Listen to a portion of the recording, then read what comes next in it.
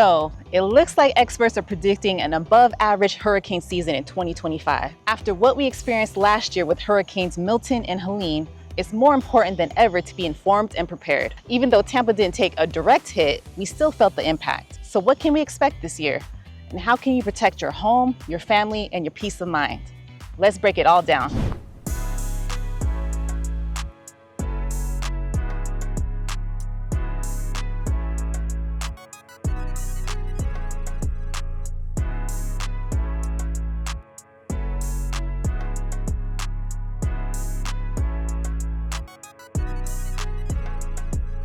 Hi, I'm Shanika, and this is my husband, Saul, and together we're the Hernandez team.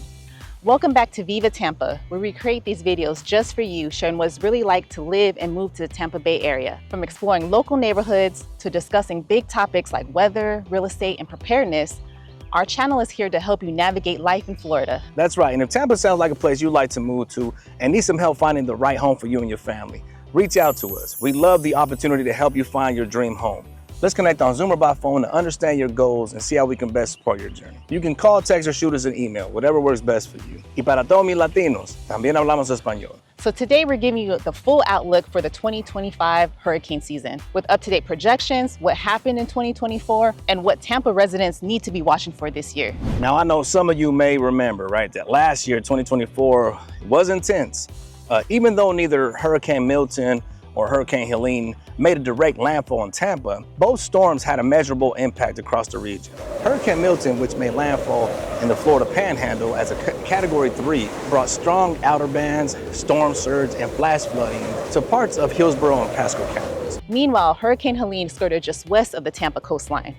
It never made landfall, but we still experienced sustained winds above 40 miles per hour and beach erosion through Pinellas County. In total, both storms contributed to an estimated $2.3 billion in combined damages across the state. Yeah, it was a wake-up call for many in the area who assumed we were in the clear. Tampa got lucky, to be honest with you, but storms don't have to hit us directly to affect our lives, damage homes, and disrupt business. So what about this year? According to the Colorado State University Tropical Meteorology Project and NOAA, also known as NOAA, we're looking at an above-average hurricane season in 2025, largely due to warming Atlantic sea surface temperatures and a weakening El Nino pattern. The latest projections include 23 named storms, 11 hurricanes, and 5 major hurricanes, which are Category 3 or higher. That's well above the average of 14 named storms and 7 hurricanes. The Gulf of Mexico is expected to be especially active. Scientists are also noting that storms this year may form earlier than usual, so preparedness shouldn't wait until peak season in August or September. We could see strong systems developing as early as June. Now here's a fun fact. 2024's Hurricane Helene was one of the costliest near misses in Florida history. Despite never making landfall, it caused over $700 million in damages due to the storm surge, obviously, and winds. Now that just shows you how impactful outer bands alone can be. Now, while it's impossible to predict exactly where a hurricane will land, experts say Tampa Bay remains vulnerable, especially due to its geography. Our shallow bay and funnel-like coast makes the area prone to storm surge, I guess, even from glancing blows. A recent study by the Tampa Bay Regional Planning Council found that a Category 2 hurricane making landfall just north or south of the bay could cause flooding in over 40,000 homes and displace hundreds of thousands of residents. Now, Tampa's topography makes it particularly prone to bathtub effect flooding. Now, that's when water piles into the bay but can't escape quickly due to the low-lying terrain. It's why we often see water rise even during tropical storms. We also need to talk about what this means for homeowners. Flood zones have changed in parts of Hillsborough and Pinellas counties, and some areas that didn't previously require flood insurance now do. FEMA's updated flood maps are affecting mortgage rates, closing costs, and even the kind of homes people can't afford to buy. Even if you're house hunting this year, knowing your flood zone and insurance eligibility is crucial. The 2024 storms triggered over 100,000 insurance claims in Florida, many of them in areas outside of official evacuation zones. It's no longer just coastal homes at risk. Heavy rain and wind can affect inland neighborhoods too. Now here's another fun fact. Florida holds nearly 80% of all U.S. flood insurance policies. That tells you just how central hurricane risk is to life here, especially for homeowners. Did you know that Tampa hasn't taken a direct hit from a major hurricane since 1921? That Category 3 storm caused a 10-foot storm surge in downtown and was responsible for the deaths of 8 people. Now, Hurricane Charley in 2004 was supposed to make landfall in Tampa, but it swerved into Port Charlotte at the last minute.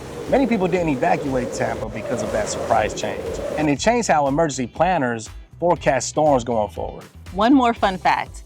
The term hurricane party originated in Florida. Some locals would host cookouts using the food in their fridge before it spoiled when the power went out. Not exactly recommended, but definitely part of our storm season culture. Now, one of the positives that came out of last year's hurricane season was seeing how the Tampa Bay community rallied together. Local food banks, churches, and even school districts stepped up to distribute supplies to families affected by the storm. Organizations like Metropolitan Ministries and Feeding Tampa Bay handed out thousands of meals, and mutual aid networks use social media to connect volunteers with residents in need. If you're new to the area, know this. Tampa may be vulnerable to storms, but our people are strong, resilient, and always ready to lend a hand. If you're looking for a way to get involved this year, start with your neighborhood association or local shelter. Being part of the solution builds connection. And in a hurricane-prone area, community is everything. Now, we can tell you just based on experience from last year's hurricanes in 2024, for both Milton and Helene, we were without power for several days, and we saw a lot of neighbors come to aid and help out. Everybody in the neighborhood was helping out. Even in preparation for the storm coming, like neighbors are helping each other put up shutters, and like any supplies needed, everybody was like asking around and like helping each other. Yeah, that was huge. I mean, for our kids, it was different too, right? Having a power out for that long, but it brought us closer together. We spent a lot of time in the same room together, just trying to eat up, cook some meals on the grill or something like that. Trying to charge our phones with like portable chargers that we had charged before, have the, the solar charger, whatever, helping out a bit. But, we did what we could. Again, it brought us together. Just one of those things you have to just understand that when you're in these situations, you're gonna need a helping hand. And you have to also lend a helping hand as well too. You get to know your neighbors and stuff. And shout out to our neighbors. They did a lot for us. And for those who are not used to this, right, you're probably asking, so what could we do right now? Well, first, make sure your hurricane kit is stocked. That includes water, shelf-stable food, canned goods or whatever, flashlights, batteries, important documents, and medical supplies. Check expiration dates and restock anything that's outdated. You can start there. Next, review your insurance policy and double check your flood coverage. If you rent, ask your landlord about structural insurance and consider a renter's policy for your belongings. If you own, now is a great time to get a wind mitigation inspection done. Yes, and lastly, really, is know your evacuation zone and plan more than one route. If you have pets, kids, or elderly family members, make a communication and transportation plan now, so you're not scrambling when the storm approaches. Don't wait for the last minute. And here's a helpful tip. Hillsborough County has a free app called HCFL Alerts that sends storm warnings, evacuation orders, and flood alerts right to your phone. Download it before hurricane season begins. But if you're watching this now, is in the summer, we are in the hurricane season. The 2025 hurricane season looks to be more active than normal, and Tampa Bay is not immune. Last year's storms showed us how even near misses can cause real damage. We can't control the weather, but we can control how we prepare for it. So whether you're a lifelong local or thinking of moving to Tampa Bay, stay informed is best to protect you and your family, right? We know hurricane season can be stressful, but the more you know, the more confident and prepared you will feel at the end of the day. I promise you that. Be sure to subscribe for more updates and Tampa-specific tips. Now, as always, we hope this video has given you some valuable insights into how a hurricane storm could affect you and your family. So make sure you prepare on time. Take care and stay blessed.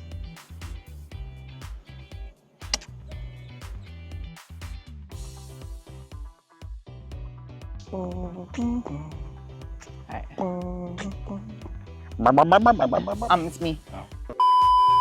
But we can't control what we prepare for. How we prepare for. But we can control how we prepare. But we can't. Sorry.